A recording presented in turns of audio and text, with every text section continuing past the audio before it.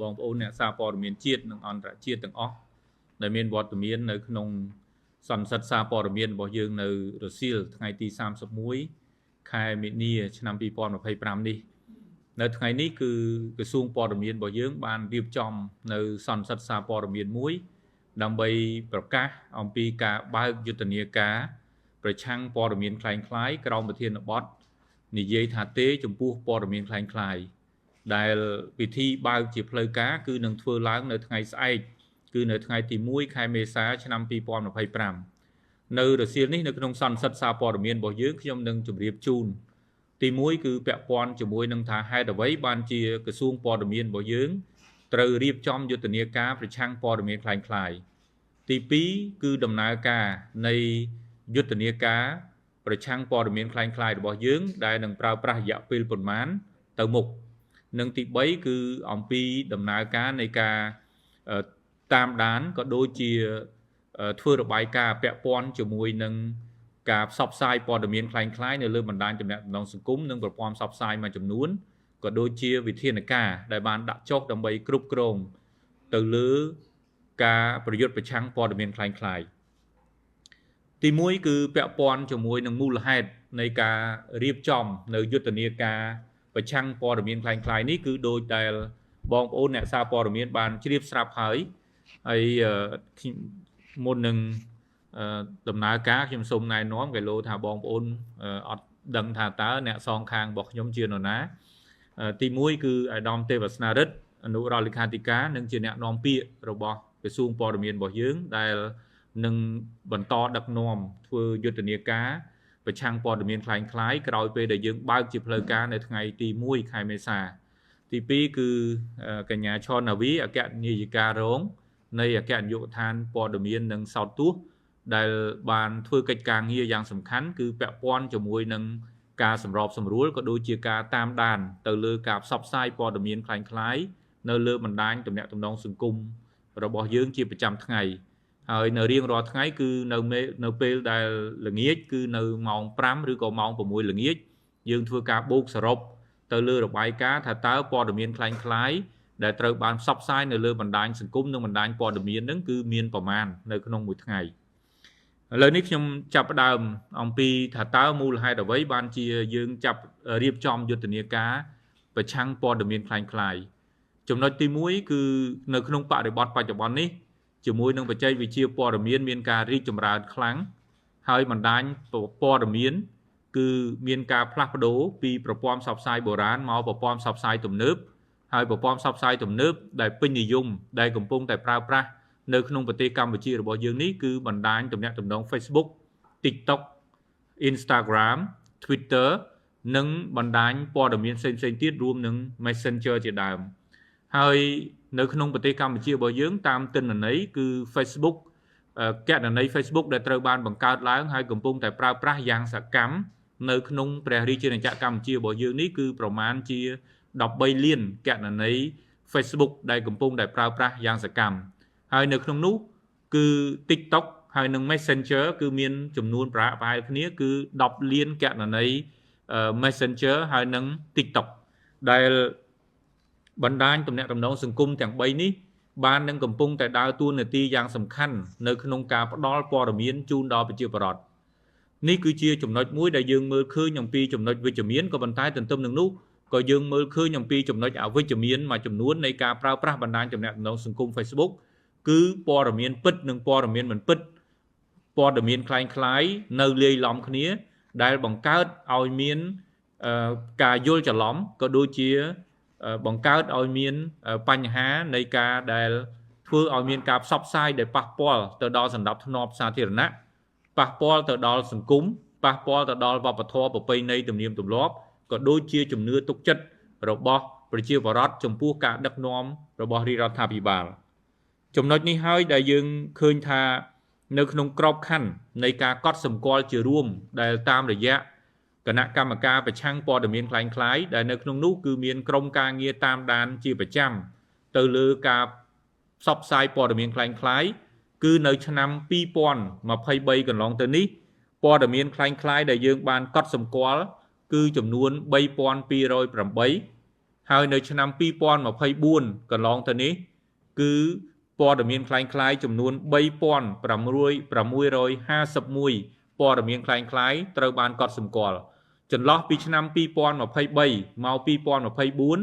គឺប្រែប្រួលពី3208ព័ត៌មានមក3651ព័ត៌មាននេះគឺយើងឃើញថាមានកំណើនប្រមាណជា14%នៃព័ត៌មានคล้ายៗហើយខ្ញុំសូមជំរាបថា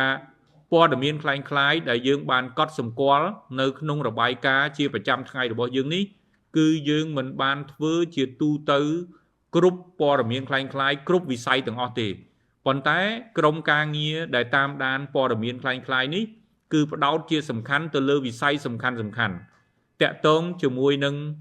សន្តិភាពពាក់ព័ន្ធជាមួយនឹងសន្តិសុខជាតិពាក់ព័ន្ធជាមួយនឹងសណ្ដាប់ធ្នាប់សាធារណៈពាក់ព័ន្ធជាមួយនឹងការដឹកនាំរបស់រាជរដ្ឋាភិបាលនិងក្រសួងស្ថាប័នពាក់ព័ន្ធក៏ដូចជាវិស័យផ្សេងៗដែលជាវិស័យសំខាន់នៅក្នុងសង្គមរួមនឹងព័ត៌មានคล้ายៗមួយចំនួនពាក់ព័ន្ធជាមួយនឹងថ្នាក់ដឹកនាំនិងពាក់ព័ន្ធជាមួយនឹងបញ្ហាផ្សេងទៀតដែលយើងយល់ថាជាបញ្ហាដែលនាំឲ្យមានការយល់ច្រឡំនិងបង្កើតជាចលាចលសង្គមឬក៏ប៉ះពាល់ទៅដល់សន្តិសុខសណ្ដាប់ធ្នាប់ចំណែកឯបើសិនជាយើងមើលអំពីកម្រិតនៃព័ត៌មានคล้ายៗដែលកើតឡើងជារៀងរាល់ថ្ងៃដោយមិនគិតវិស័យសំខាន់គឺមានច្រើនប៉ុន្តែអ្វីដែលយើងបានកត់សម្គាល់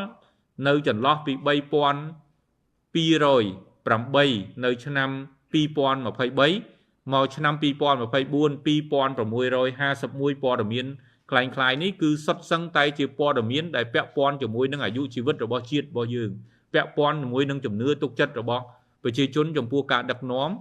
ហើយអ្វីដែលយើងកត់សម្គាល់ស្ថានភាពនៃការបង្កើតព័ត៌មានคล้ายៗនេះគឺច្រើនតែពីក្រមជនអគតិមួយចំនួនដែលនៅខាងក្រៅប្រទេសដែលបង្កើតព័ត៌មានคล้ายៗឡើងគឺដើម្បីចរិតញុះញង់បំភ្លៃបំភ្លើសបំភាន់ហើយអ្វីដែលជាគោលបំណងជាចរិតសំខាន់របស់ពួកគេនៅក្នុងការបង្កើតព័ត៌មានคล้ายៗគឺធ្វើយ៉ាងណាបញ្ឆេះកំហឹងប្រជាជន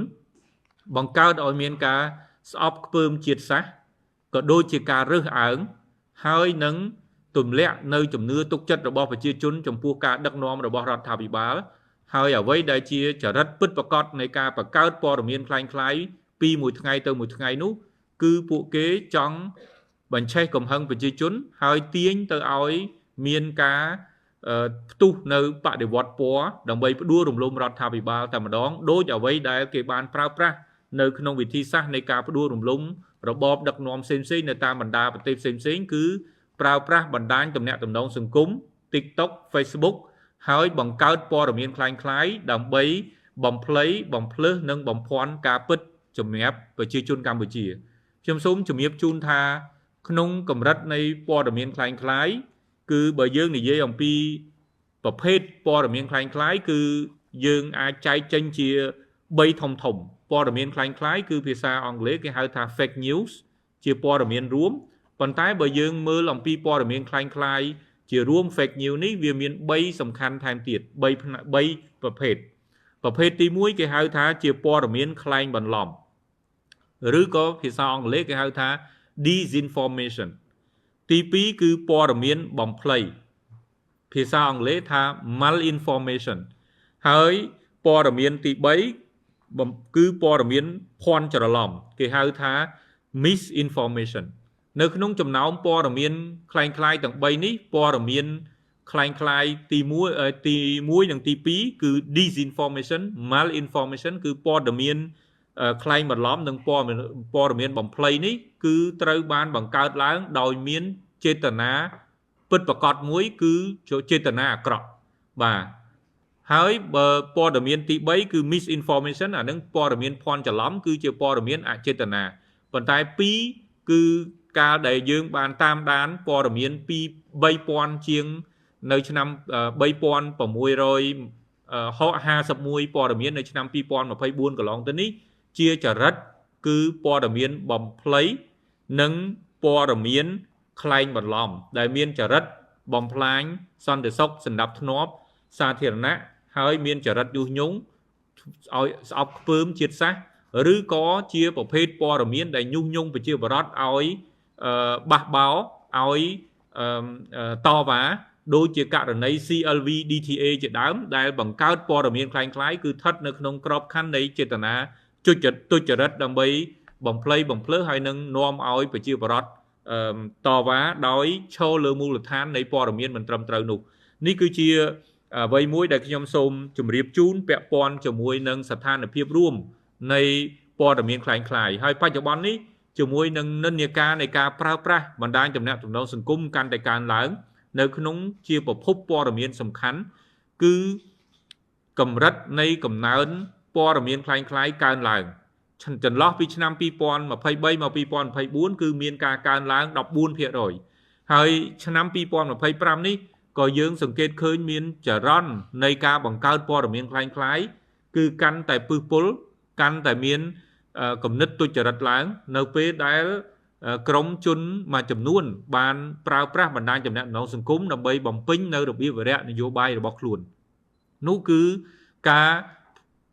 បំភ្លៃការពិតអំពីប្រទេសកម្ពុជានិងការផ្សព្វផ្សាយព័ត៌មានផ្សេងៗដើម្បី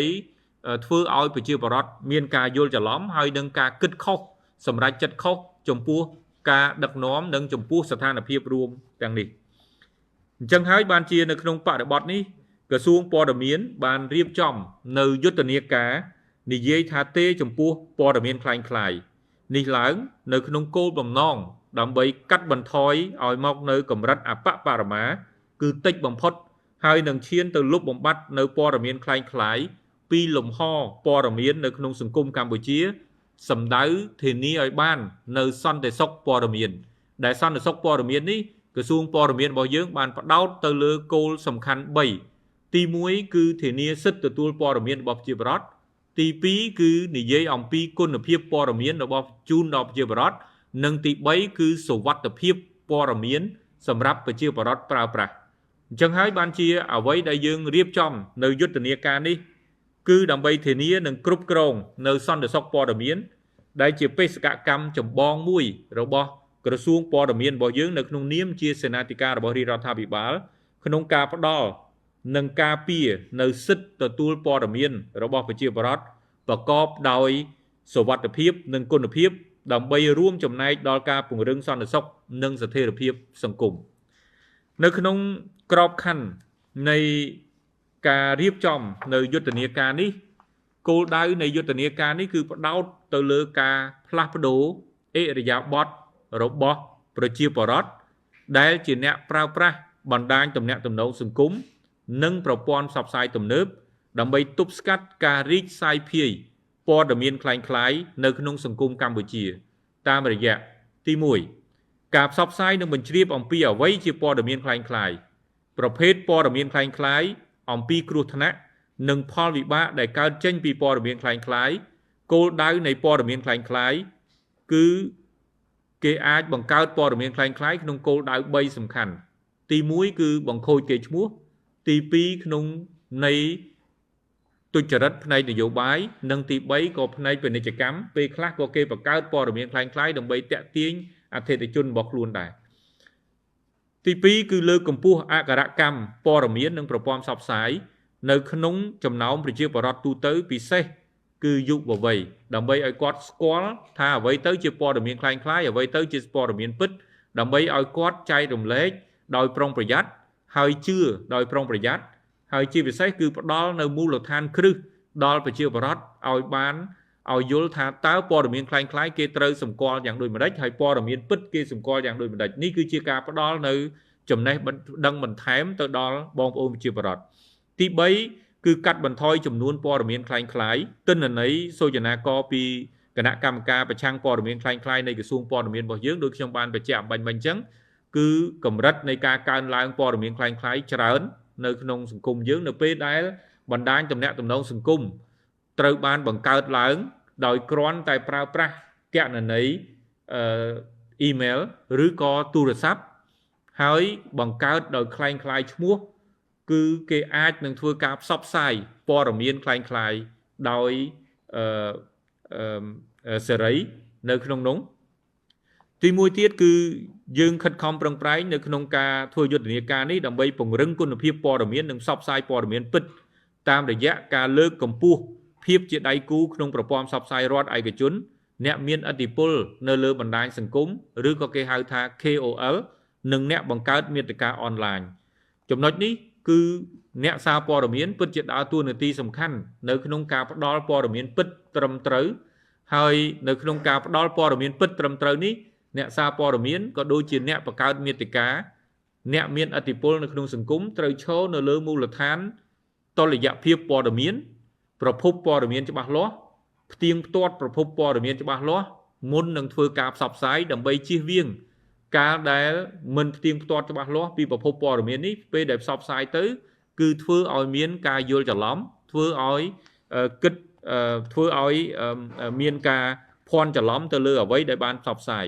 ជាមួយគ្នានេះយុទ្ធនាការនេះក៏មានទិសដៅនៅក្នុងការអប់រំស្ដីអំពីច្បាប់វិជ្ជាជីវៈព័ត៌មានក្រមសីលធម៌មនសិការភាពជាគំរូនិងការទទួលខុសត្រូវក្នុងសង្គមហើយនឹងរៀបចំនិងពង្រឹងការអនុវត្តនៅគោលនយោបាយលិខិតបទដ្ឋានវិធានការនិងមធ្យោបាយប្រឆាំងព័ត៌មានคล้ายៗផ្សេងទៀតអ្វីដែលយើងរំពឹងទុកលទ្ធផលដែលចេញពីយុទ្ធនាការដែលនឹងត្រូវធ្វើឡើងចាប់ពីថ្ងៃទី1ខែមេសាគឺសម្រាប់រយៈពេល12ខែហើយដំណើរការនៃការធ្វើយុទ្ធនាការប្រឆាំងព័ត៌មានคล้ายៗរបស់យើងនេះគឺផ្ដោតជាសំខាន់គឺទៅលើប្រព័ន្ធផ្សព្វផ្សាយ Digital គឺនៅលើបណ្ដាញទំនាក់ទំនងសង្គមដែលជាមធ្យោបាយយ៉ាងសំខាន់នៃការទទួលព័ត៌មានរបស់ប្រជាពលរដ្ឋហើយយើងនឹងចាប់ផ្ដើមចែកនៅក្នុងការធ្វើកិច្ចការងារនេះនៅតាមបណ្ដាខេត្តនីមួយៗក្នុងមួយខែគឺ2ខេត្តដែលនឹងត្រូវអនុវត្តនៅវិធានការនិងយុទ្ធនាការផ្សេងៗក្នុងការប្រឆាំងទៅនឹងព័ត៌មានคล้ายៗអញ្ចឹងយុទ្ធនាការនេះគឺយើងរំពឹងថានឹងសម្រេចបានបូកផ្សំជាមួយនឹងការអនុវត្តនៅវិធានការនិងយន្តការនានាផងនឹងរួមចំណែកដ៏សំខាន់ដើម្បីប្រែក្លាយការបដិញ្ញាចិត្តរបស់រាជរដ្ឋាភិបាលក្នុងការលុបបំបាត់និងទប់ស្កាត់នៅការរីកសាយភាយនៃព័ត៌មានคล้ายៗនៅក្នុងគោលដៅរក្សាឲ្យបាននូវសុខសន្តិភាពស្ថិរភាពសង្គមនិងបន្តលើកកម្ពស់ការអភិវឌ្ឍលើគ្រប់វិស័យសម្រាប់កំណើន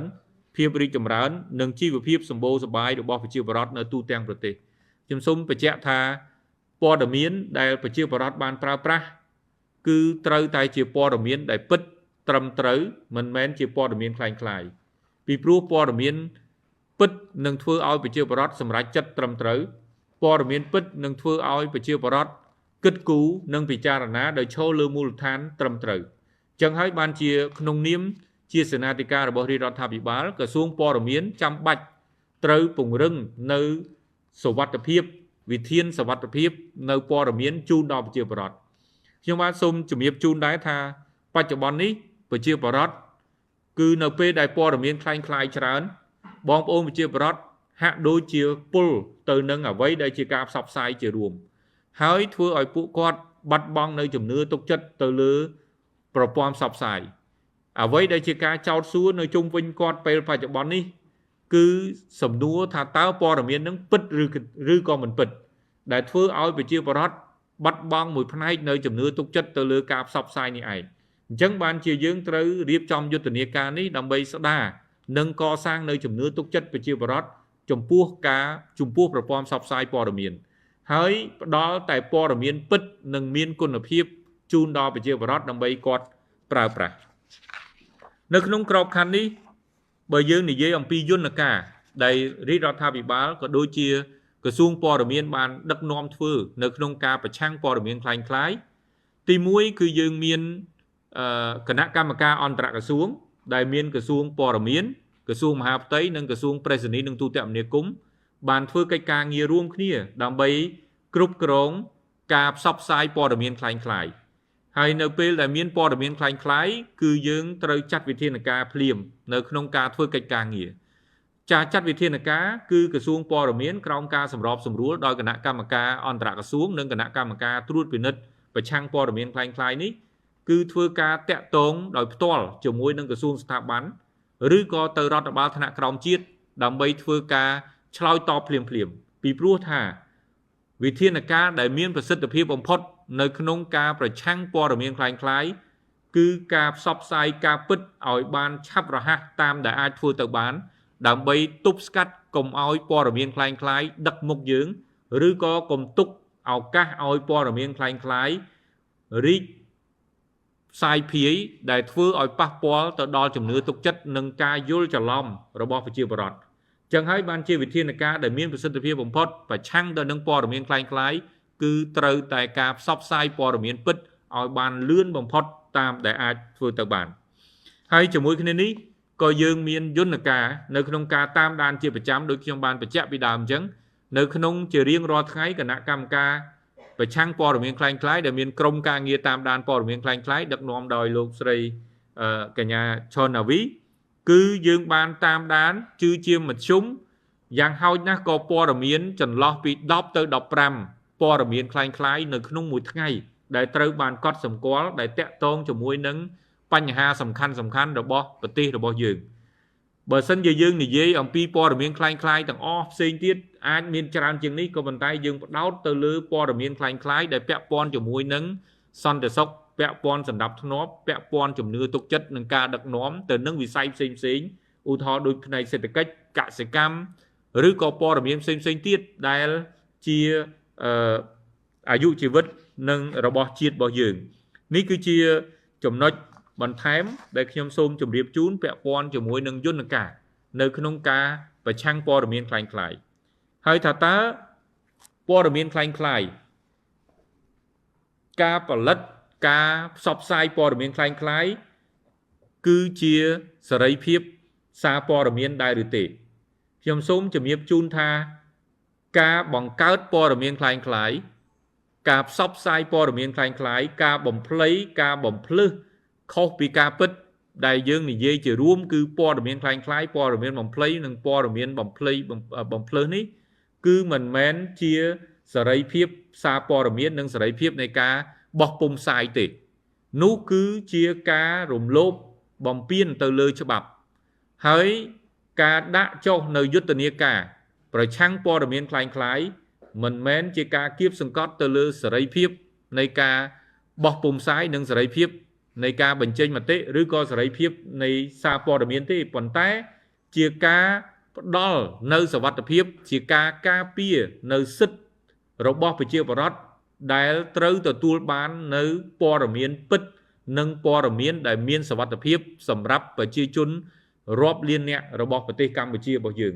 ចឹងហើយបានជានៅចំពោះមុខនេះក្រសួងព័ត៌មានយើងបានរៀបចំនៅយុទ្ធនាការនេះគឺដើម្បីផ្ដល់នៅសុវត្ថិភាពដល់ប្រជាពលរដ្ឋនៅក្នុងការប្រើប្រាស់និងការទទួលបាននៅព័ត៌មានពិតត្រឹមត្រូវនេះជាចំណុចដែលខ្ញុំសូមគូសបញ្ជាក់បន្ថែមទៅលើអ្វីដែលពាក់ព័ន្ធជាមួយនឹងការប្រឆាំងព័ត៌មានคล้ายៗហើយការផ្សព្វផ្សាយព័ត៌មានដែលមិនត្រឹមត្រូវព័ត៌មានបំភ្លឺមិនមែនជាសេរីភាពសារព័ត៌មាននោះទេតែវាជាការបំពានទៅលើច្បាប់ហើយការបំពានច្បាប់នេះគឺត្រូវតែទទួលខុសត្រូវនៅចំពោះមុខច្បាប់ជាធរមានចំពោះពាក់ព័ន្ធជាមួយនឹងដំណើរការនៃការរៀបចំយុទ្ធនាការរបស់យើងនេះដូចខ្ញុំបានបញ្ជាក់អំពីអំបញ្ញមិញគឺតាក់ទងជាមួយនឹងកម្មវិធីរបស់យើងនៅក្នុងនោះគឺក្រោយពេលដែលយើងបើកជាផ្លូវការនៅថ្ងៃទី1ខែមេសាដែលនឹងមានការអញ្ជើញចូលរួមដោយផ្ទាល់និងតាមប្រព័ន្ធ Zoom គឺមានប្រមាណជា 1000 នាក់ដែលនឹងត្រូវចូលរួមនៅក្នុងការផ្សព្វផ្សាយនោះយើងបានរៀបចំនៅទិសស្លោកក៏ដូចជាស្លាកសញ្ញាមួយចំនួនដូចជានិយាយថាទេចំពោះព័ត៌មានคล้ายៗបាទយើងចូលរួមលុបបំបាត់ព័ត៌មានคล้ายៗចុះអ្នកវិញនេះគឺជាចំណុចដែលយើងនឹងចូលរួមហើយបន្ទាប់ទៅទៀតក៏យើងមានការផ្ដល់នៅ sticker ហើយនឹងការចែកចាយនៅតាមប្រព័ន្ធផ្សេងទៀតដើម្បីឲ្យមានការចែករំលែកផ្សេងទៅដល់បងប្អូនប្រជាពលរដ្ឋឲ្យគាត់យល់ដឹងអំពីអ្វីទៅជាព័ត៌មានคล้ายៗអ្វីទៅដែលមានគ្រោះថ្នាក់ចេញពីព័ត៌មានคล้ายៗហើយថាតើក្នុងនាមបងប្អូនប្រជាពលរដ្ឋថាតើគាត់ត្រូវចូលរួមយ៉ាងដូចម្តេចដើម្បីការពារខ្លួនគាត់ពីការប្រើប្រាស់ ព័ត៌មានคล้ายៗហើយជៀសឲ្យផុតពីការចែករំលែកនៅព័ត៌មានคล้ายៗនេះជាចំណុចមួយដែលខ្ញុំសូមជម្រាបជូនដល់បងប្អូនយើងហើយខេត្តនីមួយៗគឺនឹង design នៅសារក៏ដូចជាខ្លឹមសារផ្សេងៗនៅក្នុងការចូលរួមប្រយុទ្ធប្រឆាំងជាមួយនឹងព័ត៌មានคล้ายៗខ្ញុំសូមជំរាបថាទោះបីជាយុទ្ធនាការប្រឆាំងព័ត៌មានคล้ายៗរហូតមកដល់ពេលនេះគឺយើងបានចាប់ផ្ដើមសន្និសីទសារព័ត៌មានស្អែកយើងចាប់ផ្ដើមផ្លូវការតែក្រសួងព័ត៌មានបានសហការជាមួយនឹងក្រសួងប្រៃសណីនិងទូតមនាគមន៍រួចស្រេចទៅហើយនៅក្នុងការបញ្ជូនសារតាមទូរស័ព្ទដៃអំពីសារអប់រំខ្លីៗកុំចែកចាយព័ត៌មានคล้ายៗត្រូវយល់ដឹងថាតើព័ត៌មានคล้ายៗមានផលប៉ះពាល់អ្វីខ្លះដល់យើងដល់សង្គមក៏ដូចជា call tune ដែលយើងដាក់នៅក្នុងប្រព័ន្ធទូរស័ព្ទដែលនេះគឺជាចំណុចមួយដែលយើងចាប់ផ្ដើមនៅក្នុងការធ្វើឲ្យបងប្អូនប្រជាពលរដ្ឋយល់ដឹងហើយនឹងចូលរួមសកម្មភាពយើងអាចនិយាយបានថាមនុស្សម្នាក់គឺជាជនបង្គោលម្នាក់នៅក្នុងការប្រឆាំងព័ត៌មានคล้ายៗហើយយើងទាំងអស់គ្នា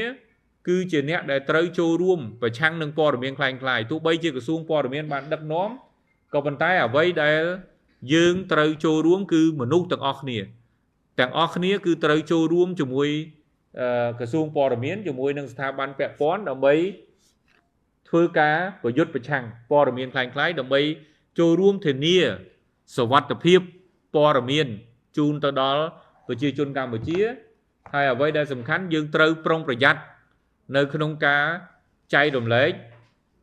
ប្រុងប្រយ័ត្ននៅក្នុងការផ្សព្វផ្សាយព័ត៌មានដែលខុសពីការពិតព្រោះការផ្សព្វផ្សាយព័ត៌មានខុសពីការពិតព័ត៌មានคล้ายៗគឺមិនមែនជាសេរីភាពនៃការផ្សព្វផ្សាយរបស់បងប្អូនទេបាទនេះគឺជាចំណុចដែលខ្ញុំសូមគូសបញ្ជាក់បន្ថែមទៅលើអ្វីដែលបងប្អូនត្រូវដឹងចំណុចមួយទៀតពាក់ព័ន្ធជាមួយនឹងអ្នកសារព័ត៌មានបើយើងនិយាយអំពីអ្នកកាសែតគឺត្រូវគោរពក្រមសីលធម៌វិជ្ជាជីវៈនិងផ្សាយពីព័ត៌មានពិតប្រាកដមិនមែនជាព័ត៌មានคล้ายៗទេ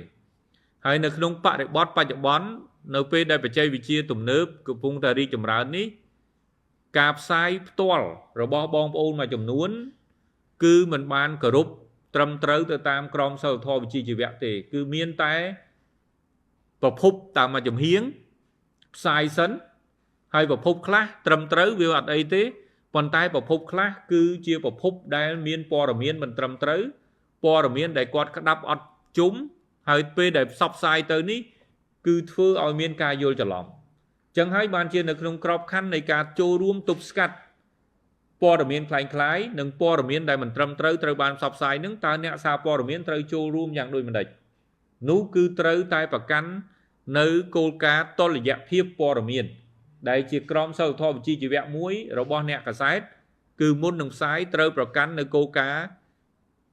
តុល្យភាពព័ត៌មានគឺរវាង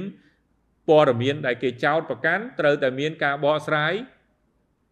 គឺជាចំណុចមួយដែលយើងចាំបាច់ត្រូវធ្វើកុំប្រញាប់ប្រញាល់នៅក្នុងការផ្សព្វផ្សាយនៅពេលដែលព័ត៌មានទាំងអស់នោះយើងមិនប្រកាសថាតើព័ត៌មាននឹងត្រឹមត្រូវដែរឬទេសូមកុំប្រញាប់ប្រញាល់នៅក្នុងការផ្សព្វផ្សាយព័ត៌មាននៅពេលដែលយើងមិនទាន់បានផ្ទៀងផ្ទាត់ត្រឹមត្រូវតើប្រភពព័ត៌មានដែលផ្ដល់ឲ្យយើងនោះ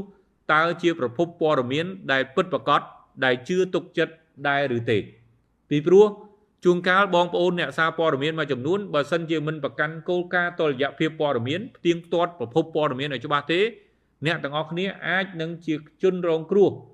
ដោយប្រភពព័ត៌មានពីព្រោះប្រភពព័ត៌មានខ្លះមិនមែនស្មោះត្រង់ជាមួយនឹងបងប្អូនអ្នកសារព័ត៌មានទេចឹងហើយបានជាយើងត្រូវយកចិត្តទុកដាក់ខ្ពស់នៅក្នុងការផ្ទៀងផ្ទាត់ប្រភពព័ត៌មានឲ្យបានច្បាស់លាស់នៅក្នុងការអនុវត្តនៅតួនាទីភារកិច្ចរបស់យើងហើយខ្ញុំសូមបញ្ជាក់ថាការផ្សាយព័ត៌មានคล้ายៗពុំមែនជាការផ្សាយព័ត៌មានទេបាទការផ្សាយឬក៏ការគម្រាមផ្សព្វផ្សាយព័ត៌មានដើម្បីសម្អុយគេឈ្មោះបុគ្គលណាម្នាក់ដោយភ្ជាប់ទៅនឹងលក្ខខណ្ឌចម្រិតយកលៀបសក្ការៈឬក៏កំហែងទាពីបុគ្គលនោះ có bộ men chỉ cáp sai po miền này còn tái chia ông pư khâu cho bắp nơi chủng pu mục cho bắp Campuchia nè cả sai bộ miền ở pay ai cái sự tế chẳng đâu pe để nè cả sai thưa khâu cứ trâu tay từ tua khâu trâu chủng pu mục cho bắp còn tái nè cả sai miền ai câu cà pia luôn cứ đâu pe đẹp sai po miền bứt nâng sai po miền và cọp đòi crom sao là thò vị trí chỉ vẽ nâng đôi cờ rúp cho bắp đây pi rồi bóp xa po miền hay chi về xe cứ anh vót tam thò một nung này vị trí chỉ vẽ xa po miền đại dương bàn riệp chóm hay bàn sọc sái bàn chay tới oi bong ốn cứ sông anh vót và cắn tới tam thò một nung vị trí chỉ vẽ xa po miền đại chỉ ai crop cà pia bong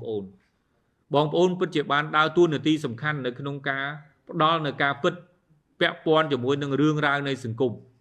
hãy khiêm sông chụp hiệp chun tha tam để dẹp và pom sắp sai po miến teng po miến và pay nấy teng po miến tụm nước cứ bàn trô ruom giang sạc cam chụp mỗi nâng ri đọt tha bị báo đó nơi pan nhà hà đó nơi po miến chỉ trơn đây chỉ pan nhà hà để cao lang nơi tam đồng bón xinh xính chun đó của một ri đọt tha bị báo chun đó của xuông thả bán ở nông ca chloi top có đôi chuyện đọt sai phim bàn toàn về lìa hay nơiក្នុងក្របខណ្ឌនេះខ្ញុំសូមថ្លែងអំណរគុណចំពោះបងប្អូនអ្នកសារព័ត៌មានទាំងអស់ដែលប្រកាន់នៅក្រមសីលធម៌ជីវៈប្រកាន់នៅច្បាប់បំពេញកិច្ចការងារប្រកបដោយការទទួលខុសត្រូវហើយផ្ដល់នៅការពិតសម្រាប់សង្គមរបស់យើងផ្ដល់នៅការរីគុណដើម្បីស្ថាបនាដើម្បីភាពរីកចម្រើននៃសង្គមរបស់យើងហើយខ្ញុំជឿជាក់ថាតាមរយៈបងប្អូនសារព័ត៌មានទាំងអស់គឺពិតជាដើរតួនាទីសំខាន់នៅក្នុងការផ្ដល់ព័ត៌មានពិតត្រឹមត្រូវជូនដល់សង្គមអ្វីដែលរាជរដ្ឋាភិបាលចង់បានគឺការទទួលបាននៅព័ត៌មានដែលពិតនិងត្រឹមត្រូវប៉ុន្តែមិនមែនជាព័ត៌មាន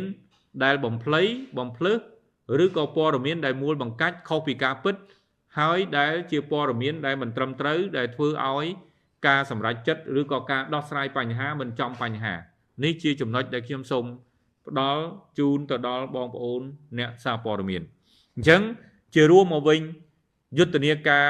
និយាយថាទេចំពោះព័ត៌មានคล้ายៗនៅថ្នាក់ជាតិនិងថ្នាក់ក្រោមជាតិដែលយើងនឹងធ្វើឡើងនៅទូទាំងប្រទេស25ខែរាជធានីដែលយើងនឹងរៀបចំពីថ្ងៃទី1ខែមេសាតទៅគឺនឹងផ្ដល់នៅសារអប់រំផ្ដល់នៅវិធានការផ្សេងៗដើម្បីផ្លាស់ប្ដូរអេរិយាប័ត្របងប្អូនជាប្រវត្តិហើយខ្ញុំជឿជាក់ថាតាមរយៈយុទ្ធនាការនេះបងប្អូនអ្នកសារព័ត៌មានក៏នឹងចូលរួមផ្សព្វផ្សាយ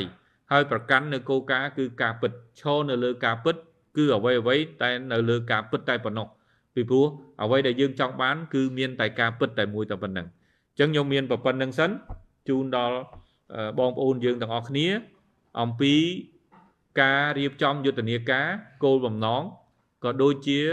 ការរៀបចំនៅក្នុងរយៈពេលខាងមុខរយៈពេល12ខែដែលយើងនឹងចាប់ផ្ដើមគឺចាប់ពីថ្ងៃទី1ខែមេសាតទៅហើយមន្ទីរព័ត៌មានរាជធានីខេត្តទាំង25ខេត្តរាជធានីនឹងដើរតួនាទីនៅក្នុងការរៀបចំនៅយុទ្ធនាការនៅតាមខេត្តរបស់ខ្លួន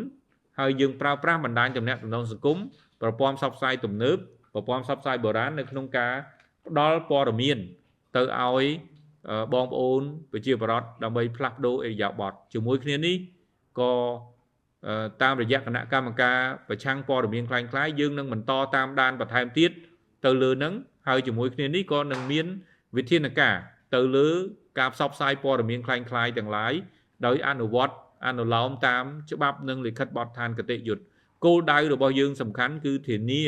នៅសន្តិសុខព័ត៌មានជូនដល់ប្រជាពលរដ្ឋមានសុវត្ថិភាពក្នុងការប្រើប្រាស់ព័ត៌មាន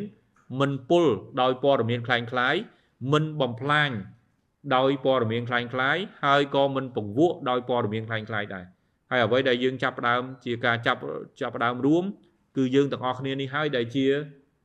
តួអង្គសំខាន់នៅក្នុងការប្រឆាំងព័ត៌មានคล้ายៗយើងម្នាក់គឺជាអ្នកប្រឆាំងព័ត៌មានคล้ายៗ